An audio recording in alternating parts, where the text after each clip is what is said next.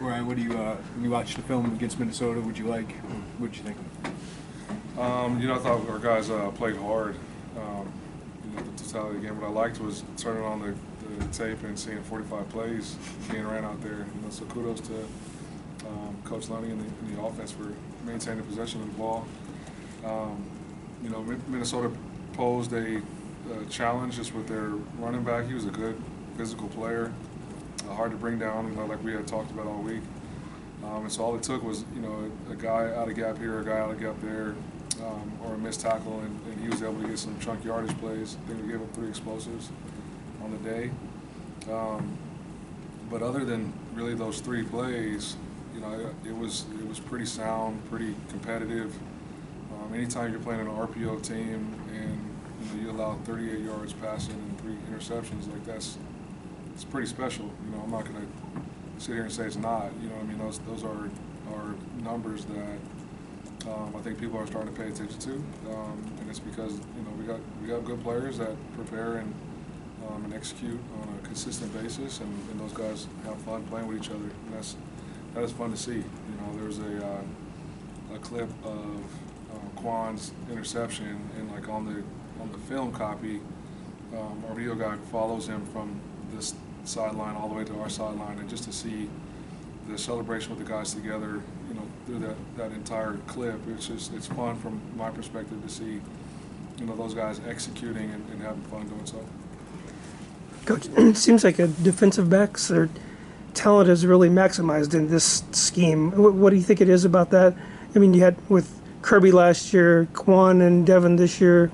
Is there something about the scheme that brings out the most in them? Or? Obviously, our job as coaches is to put guys in positions to make plays and to play free and to not second guess themselves. So I do think there is something that we have tapped into that allows them to do so. But at the same time, we have good players. I'm not going to ignore that fact. We got guys that I feel like would start at a lot of different places and would be playing at a high level at a lot of different places. I think that we have done a good job of putting them in positions to maximize some of their strengths. And then our guys have done a really, really good job of studying offenses and anticipating what's coming. It is a lot easier to cover a slant when you know the slant is coming. And so, I've been saying all year, our guys really take pride in and understand the value of film study and preparation throughout the week. Coach B's schedule is set up so that our guys are prepared both physically and mentally going into game days, and all those things sort of coincide with being able to have success on Saturdays. I think it's just a result of that. How does a pre-snap movement and disguising coverages play into that? It's key. Obviously, you turn on our tape and we look the same pre-snap almost every snap, and I think that poses problems for offenses. You just don't. There's no tellers there on where we're going to get to once the ball is snapped, and our guys are taking pride in that as well. And the cat and mouse game, the chess game that's being played out there, I think they're understanding that, and when they do confuse a quarterback, they celebrate it, and our guys up front are doing an awesome job of reading running pass keys and transitioning from what my run blocking technique is, and transitioning into pass rush. We are getting sacks, but we're also pressuring and rushing the quarterback a ton, and that obviously helps the back end, right? My favorite players on the field are the guys up front, because when they do their job efficiently, it is easy to do the job in the back end. So the team pass defense right now, it is a team effort. I know that the secondary kind of gets the kudos, but the pressure that is being put on the quarterback and getting them to speed up their timing is all a direct reflection of the guys in front. He had the sack on Saturday, kind of that chase down of Morgan on 3rd down. I guess maybe it's a stupid question. What does he do that allows himself to have such an impact in this defense as a freshman? but maybe some guys take, obviously physically. Yeah, I think, Gabe walks in the door and you don't know he's a freshman, you know what I mean? Like, there have been times where, scouts will be out at practice and they're like, well, who is that kid? Like, you got to wait a while. But, Coach Gaines also done a great job of catching him up to speed in terms of the scheme. And I think Seth has done an awesome job taking him under his wing and showing him what it means to prepare and to put in extra time. And he's got God-given ability. Like that wasn't even his play to make on the chase down. That we had a bust in one of our line games, and to the quarterback, we had lost contain in terms of our pass rush, and Gabe ran him down. Obviously he's a physical player, and he's only tapping into his potential. And I know that I'm happy he's here, and I know that the Illini faithful are definitely happy he's here as well. Team's built quite a reputation for physicality to play with the defense, besides the obvious of tackling it. What does that reputation do for the impact of the it was interesting watching Coach Fleck's presser before the game, and he talked about how, like you watch the tape and they beat people up. And so I think people are paying attention to that. You turn on the tape and guys are inviting contact, they're seeking out contact.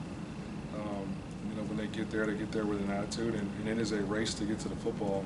And so it's, you watch it on offense, and you're going to have to put, strap up your chin strap.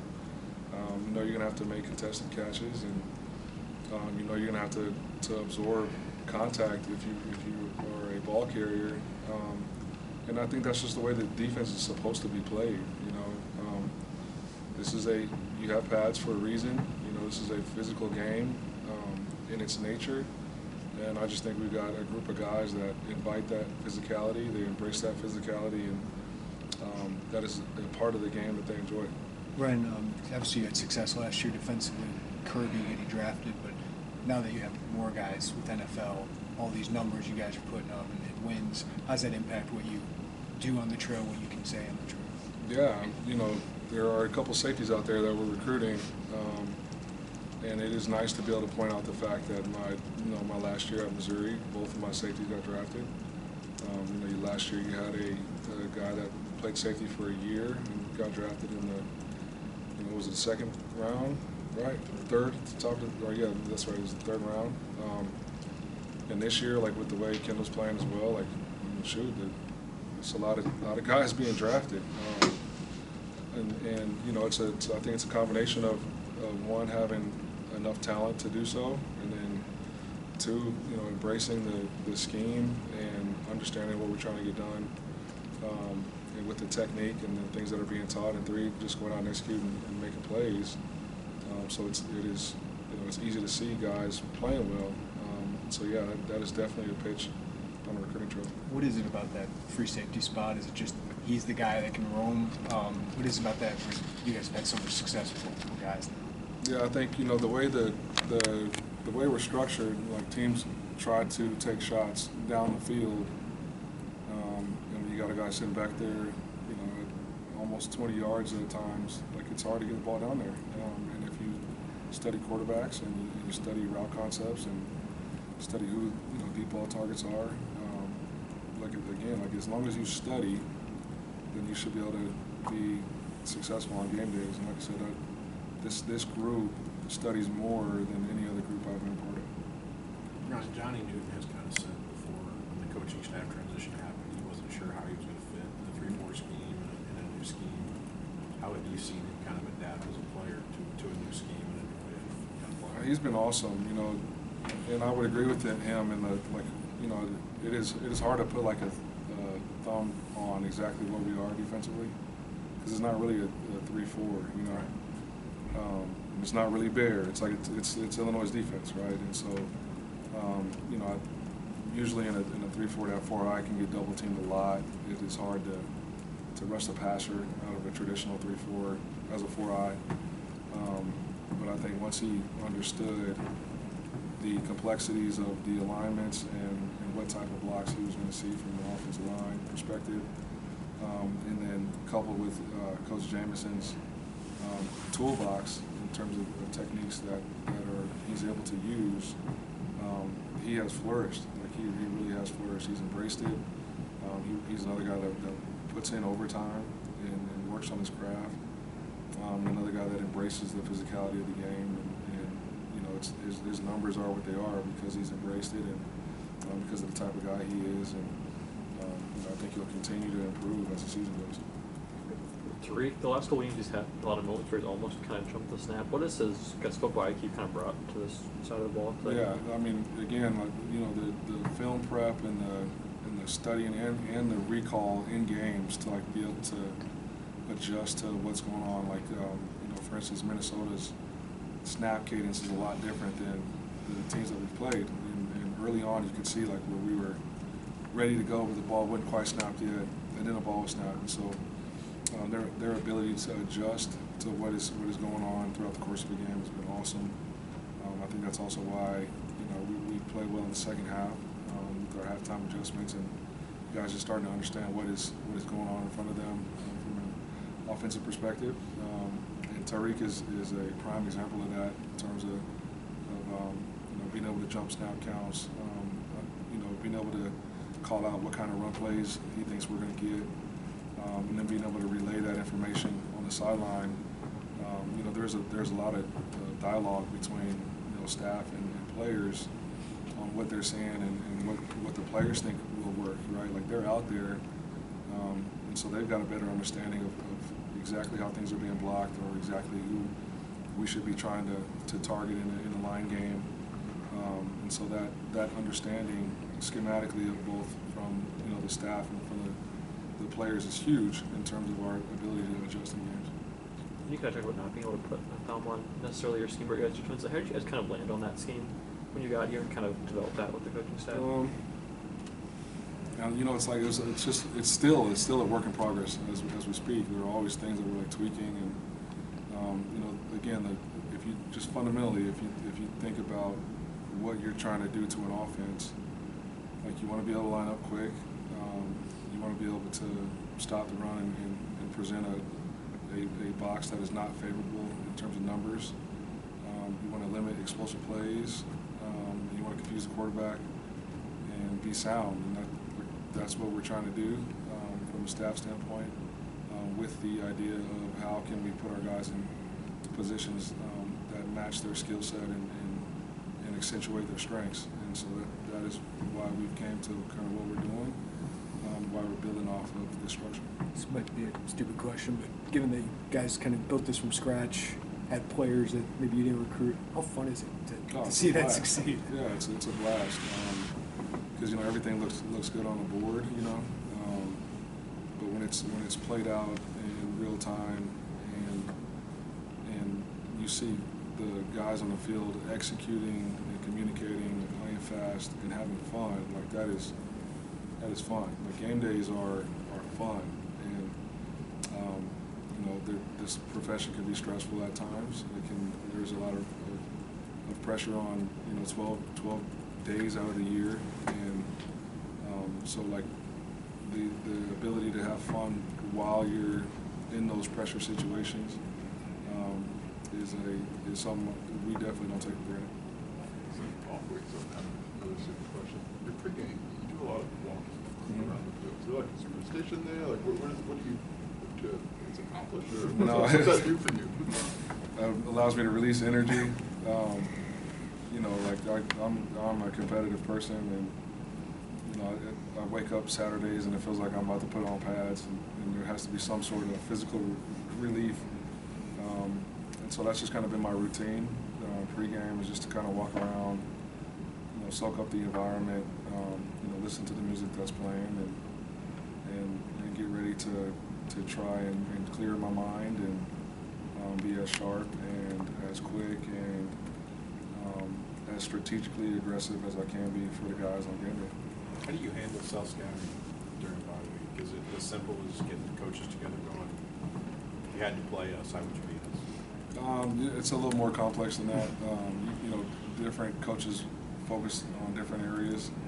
But you know, what I try to do is I try to see if we are giving tells out there about what we're doing post snap, and if so, like why. And you know, I know Coach Boo has studied in depth every run that has been ran on us, and the things that are working, why they're working, and the things that we've got beaten on, like why are we getting beat on them, and what we can do to adjust.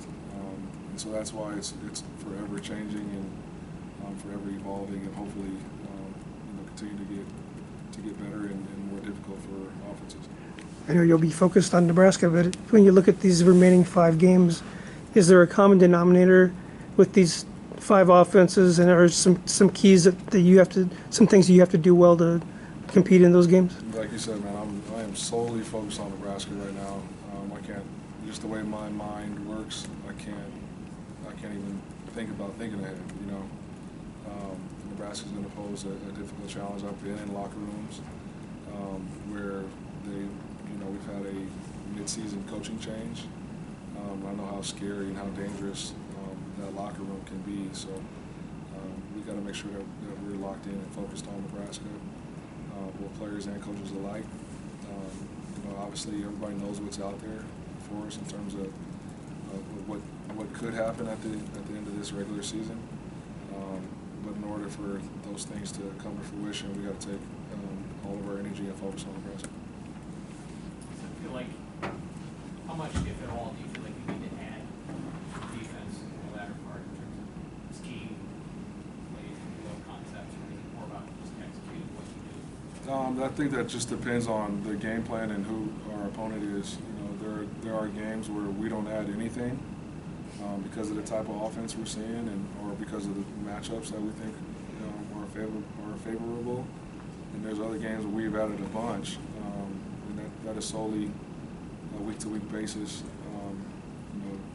Decision on our staff's part on what we feel like is going to give us the best chance for success on game day.